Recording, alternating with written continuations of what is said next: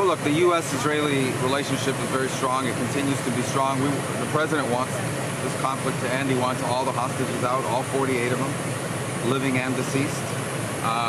Obviously, we're concerned that events last week, he didn't like the way it went down. He's expressed that publicly.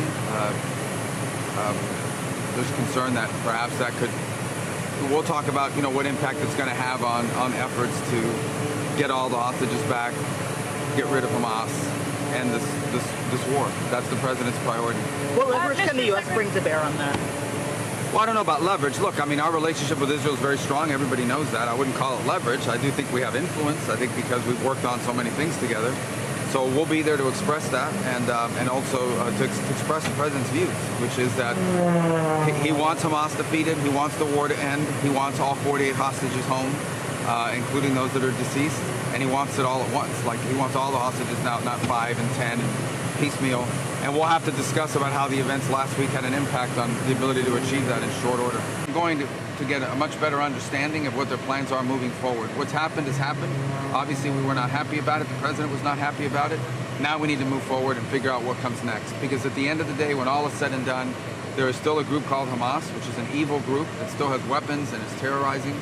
There is still 48 hostages that deserve to be released immediately, all at once.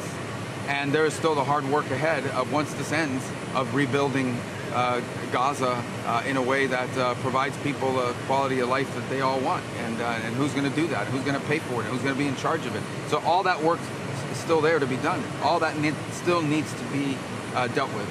Our relationship with Israel is going to remain strong.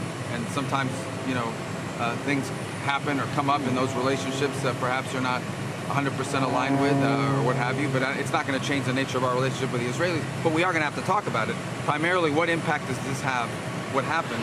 What impact does that have moving forward on what comes next? I met with them. Vice President and I met with the Prime Minister yesterday. I know they had dinner with the President last night. So, we have a relationship with them as well. We've been working on a number of things with them.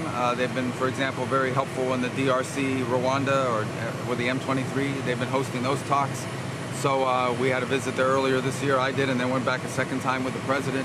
So they've been good partners on a number of fronts. The drones were intentionally launched. There's no doubt about the drones were intentionally launched. The question is whether the drones were targeted to go into Poland specifically. If that's the case, that if the evidence leads us there, then obviously that would be a highly escalatory move.